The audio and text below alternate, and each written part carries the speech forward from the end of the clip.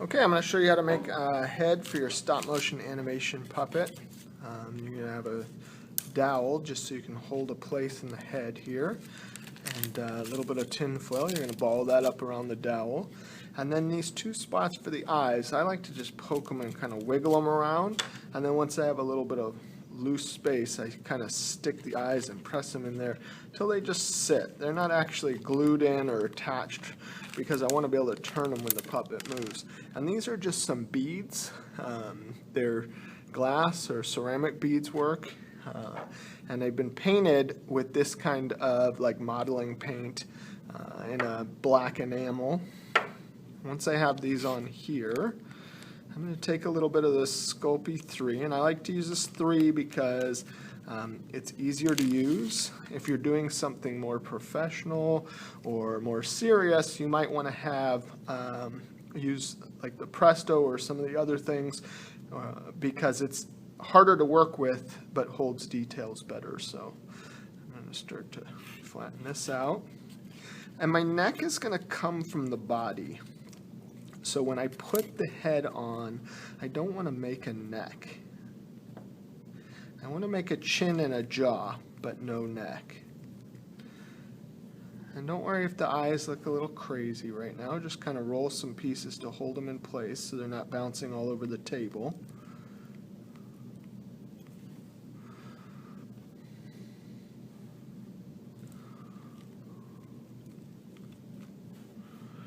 And once we have this head will be used over and over again.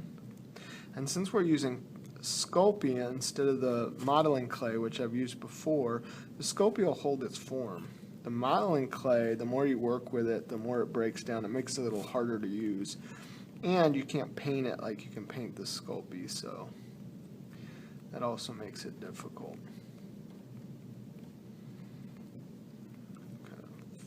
Smooth that in around the eyes. Make sure the eyes can move. And put something into the hole. You want them loose so that after you bake it, they actually move. See how it's like smeared on there? That'll hold it in place, which you definitely don't want. So you want to kind of loosen it. Now I don't want that either because I don't want my eye to come out when I'm filming, but I want it to be loose enough to move. That's pretty good. Cover the whole head.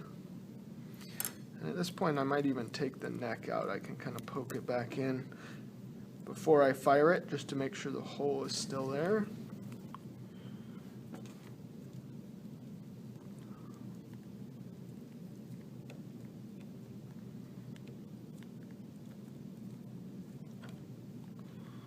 There we go. Some of the detail smoothing I'll do as I go. And you could already imagine if this was like Shaun the Sheep or something like that, a character like that, I could just leave the face this color and add that kind of cotton or flocking onto a body shape. This isn't the type of base that they use for that kind of stuff, but it's a similar process.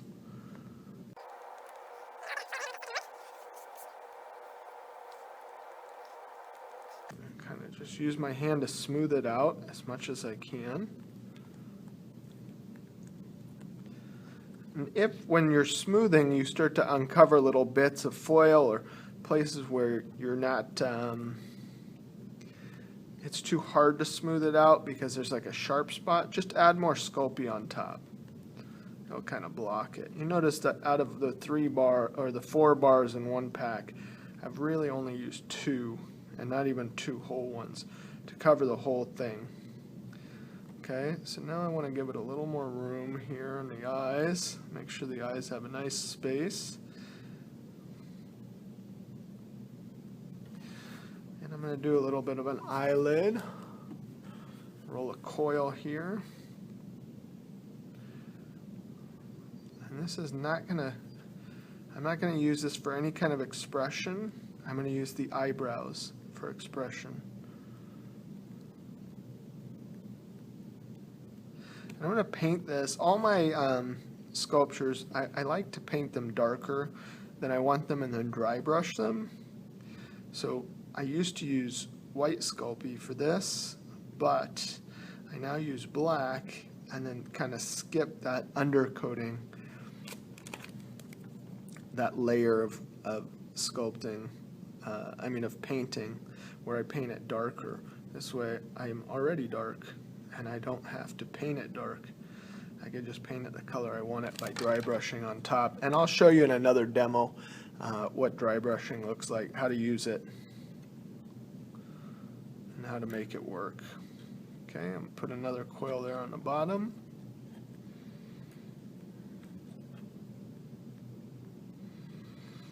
And if you're having trouble following along, feel free to watch this video on your phone or somewhere else and pause it and start it over, so that you get what you need out of it.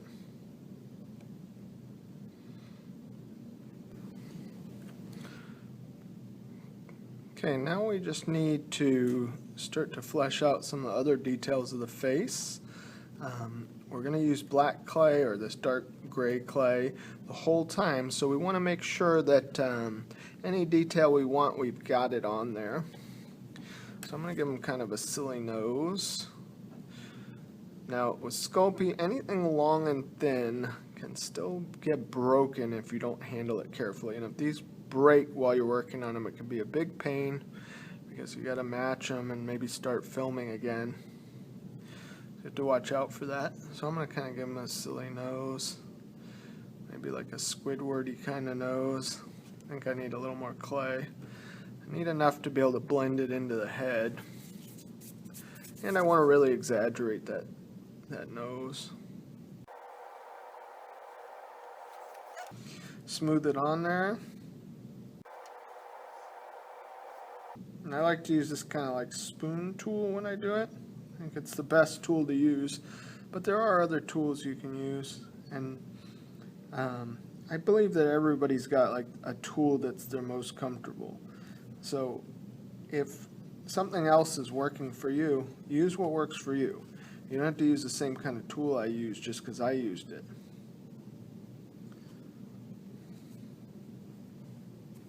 And I want this guy fairly symmetrical, so I'm going to try not to knock his nose off to the side like I did, although you might want to do that for some comedic effect. And when you start, you kind of like push the clay down, but at the end you're going to have to go over it with a real light touch so that you get it real nice and smooth. But if you start out that way, it won't stick. So you have to kind of start out with a little more force and then slowly push more and more as you go.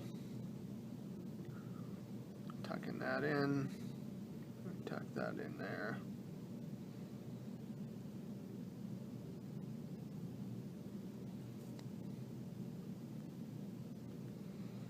Okay. And I've got some work to do, like my eyebrows, like one's like, try and get the eyes looking the same way. It'll help me line up what's right or wrong about the eyes.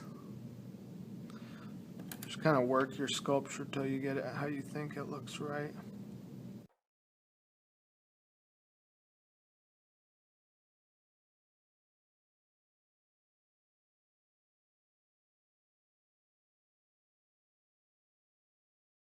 Unless your character's mostly sad all the time or mostly angry all the time, avoid too many big expressions when you work.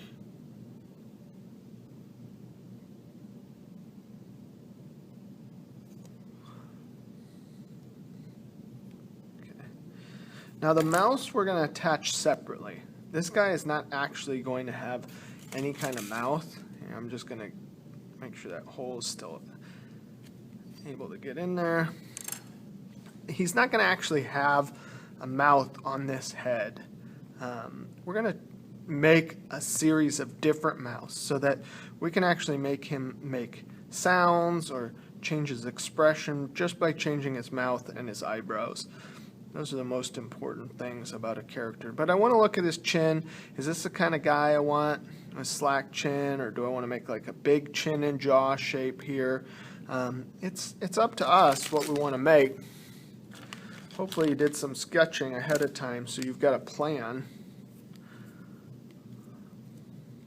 Soften up a little more of this. And I don't want him to be like a barbarian, but I also don't want him to necessarily have just a slack chin here.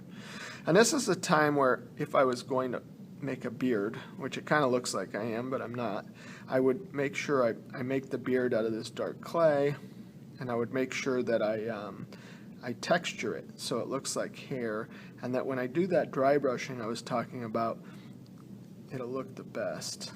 If I texture it really well and thoughtfully, it'll really look like hair. So here we go. I'm going to kind of shape his jaw and his chin a little, make it stick out some. Give myself a nice little place for his mouth to sit.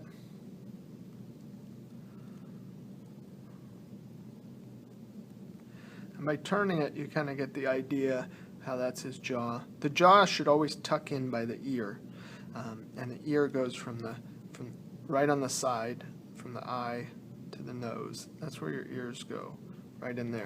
Now we're not drawing on the clay; we're sculpting, so I don't want to see any of that drawing on the clay. But you could see how that's a jaw and a chin clearly. Kind of soften that down, smooth that down. Okay, that looks good.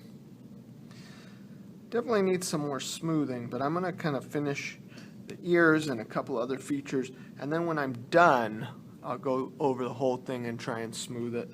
Maybe find a tool that fits me well for that job. I like to make the ears off the head. Remember, it's a cartoon. I mean, look at this guy. He doesn't have to look super realistic. But you do want him to kind of have some characteristics of symmetry and stuff. So what I'm going to do is I make the ears on the table so I can look at them, kind of get them about the same amount of clay, about the same size. They are on opposite sides of the head, so they're a little more forgiving than eyes or things like that. So tuck that on there. Remember, I smooth just the front of the ear, not the back. That on here.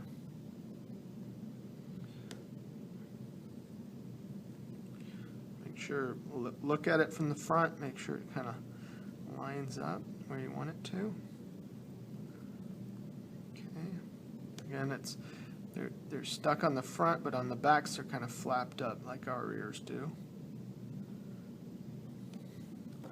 And then I might come in here and do a little detail work, kind of push in around that edge.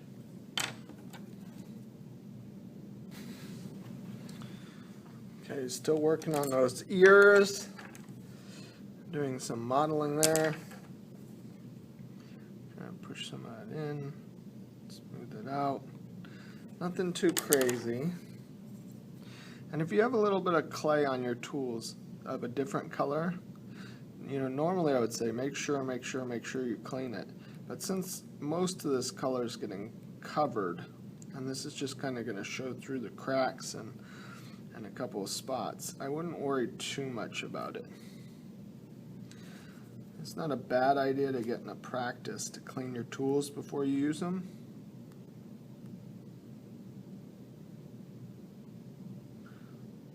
But it's not the end of the world on this part either. Unless, of course, you start pushing pink down in the cracks where you really want it to be black. But so far I've been lucky I haven't done that. Okay, kind of a simple ear. Not realistic at all, which is good because nothing else is. Your fingers are one of the best tools you can use. However, if you just press your finger in and pull it out, you will leave a fingerprint. So make sure you're like wiping with your fingers to make sure that you're getting the ridges from your fingers wiped out.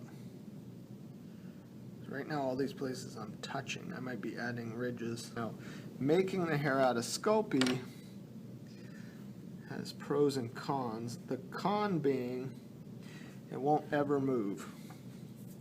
The pro being it won't ever move.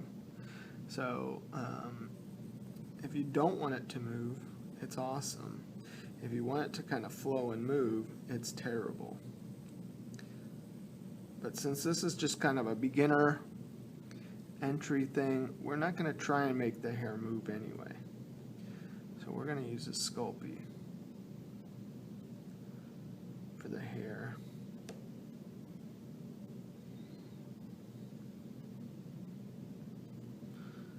Okay, let's make sure it's smooth under here and under here.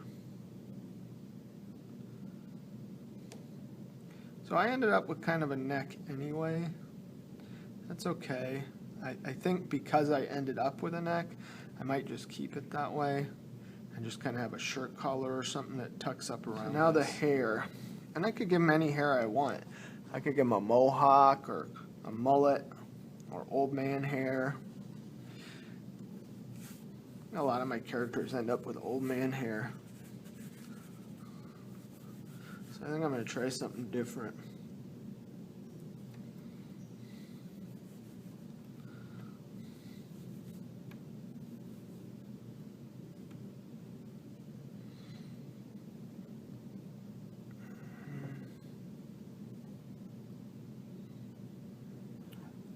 Let's see, what could I do here? So this is a part where if I had a sketch, a good sketch of what I wanted this to look like ahead of time, like I should, I would just look at the sketch and say, well, there, I already worked out the hair.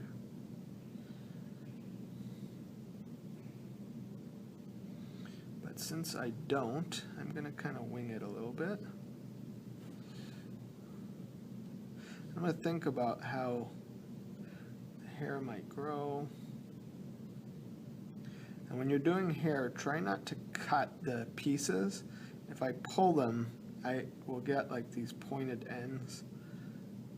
It's a little harder to control, but it looks a little more realistic than if I have these cut, squared off cylinder ends.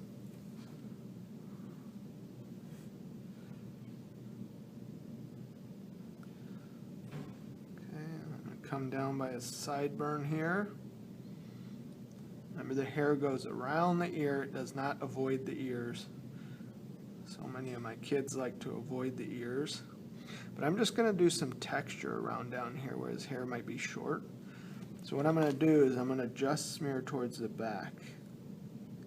And if I just smear towards the back, then it kind of looks like the whole thing is sitting on top. Like this is all hair and this is all skin.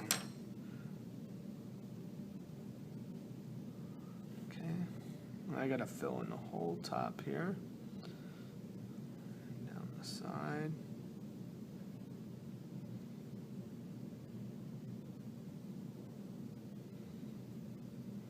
Again, pulling to kind of create that more hair-like texture. These are starting to get a little thick.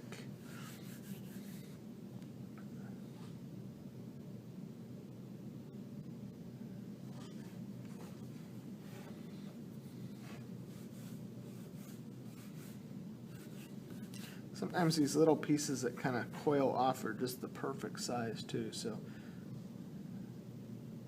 hold on to those. They could be the filler you just needed. You didn't even know. Sideburn there got a little away from me. It went all the way down his chin. Okay, again, I'm going to smear it towards the back. Careful to lift up these ones. I want to be up on top.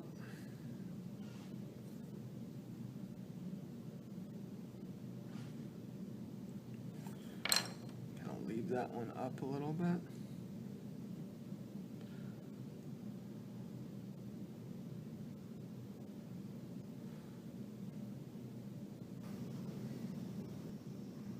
Just going to finish off this hair. Nice thing is if the hair gets messed up, just cover it up with more hair. And just try and like mask the shapes together.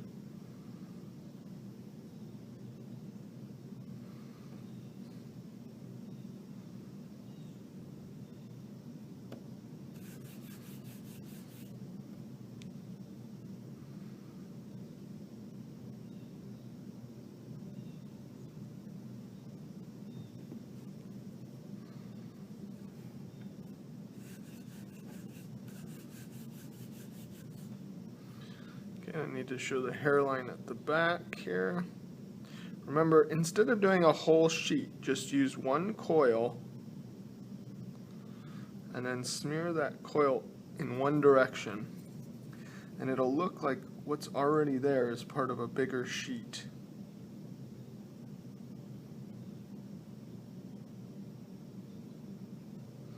And I'm going to texture this part of the hair, so I don't need it to be perfectly smooth. I do want the edge to have like a nice clean line to it.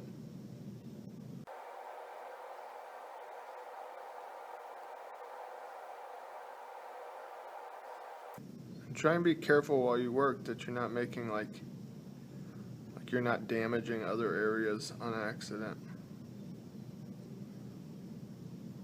Like I don't want to smash the nose or flatten all the hair back down. That kind of is against the whole reason I'm doing the hair in the first place. And if I wanted the hair to hang down, like a woman's hair hanging down back here, I want to, even though I'm building it out of individual strands, I want it to end up as like a sheet of hair so that it has strength. And it should be like pretty thick. Otherwise your little hairs, if you have little hairs sticking out or up and they're isolated, they're gonna break. Those kinds of hairs will just keep breaking off over and over. It'll be real frustrating. So make sure that if you have hair away from the head, that it's connected with other hair enough to make its own like form. And you could also just scratch hair texture in. Do that sheet technique and then come in with some tools and just kind of scratch texture in. Or if you were looking for like real tight curls, you could just kind of find a tool and experiment with like poking the like different parts of mechanical pencils are great for texturing, things like that in that way. So you'll get different sized circles and they'll press a circle and leave like a round bump. You could also, if you were trying to do like dreadlocks or something, do it. Make these thicker and texture them a little bit. Or you could, for like big curly hair, you could just kind of bundle up a bunch of circles on here and texture them a little bit. So hair takes a little time. Once you have it finished and you've thought about it all the way around, you'll be in good shape because it'll make it so much easier to paint. And I'll show you that later, but you know, it's important to think about how it's going to be painted now.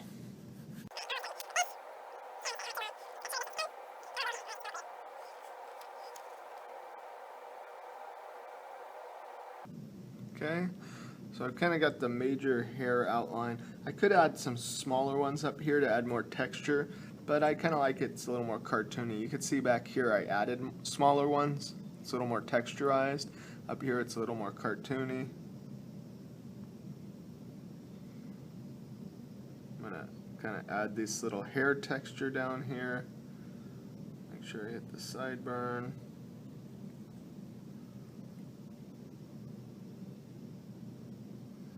This stuff, once I do it, I've got to be real careful I don't touch it because it'll flatten real fast.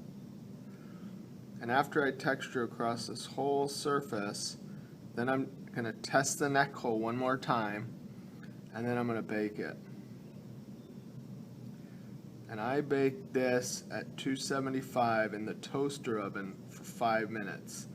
The package kind of indicates differently, but since this is mostly foil and just a thin layer of Sculpey, 5 minutes is usually enough. And if you're not careful, these burn really quickly, and it doesn't just discolor them, it'll totally disform them too.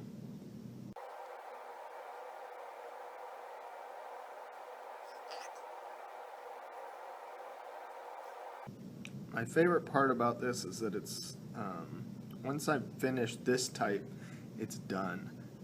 some of the ones that are made out of modeling clay, I could get more expression or change more things, but every time I work with it, the model gets smushed and you have to kind of re-sculpt it the whole time you're working on it. This one I'm going to use modeling clay eyebrows and replacement mouse, and you'll see I'll get a lot of expression from him just by using those two things. In fact, I might even use unbaked Sculpey for the eyebrows because it'll be a little firmer. It won't be as oily. Won't leave as much oil on there. So there, I'm kind of done. That texture will really pop once I paint it. His face is mostly smooth. I might spend a minute or two smoothing that out again and then bake it.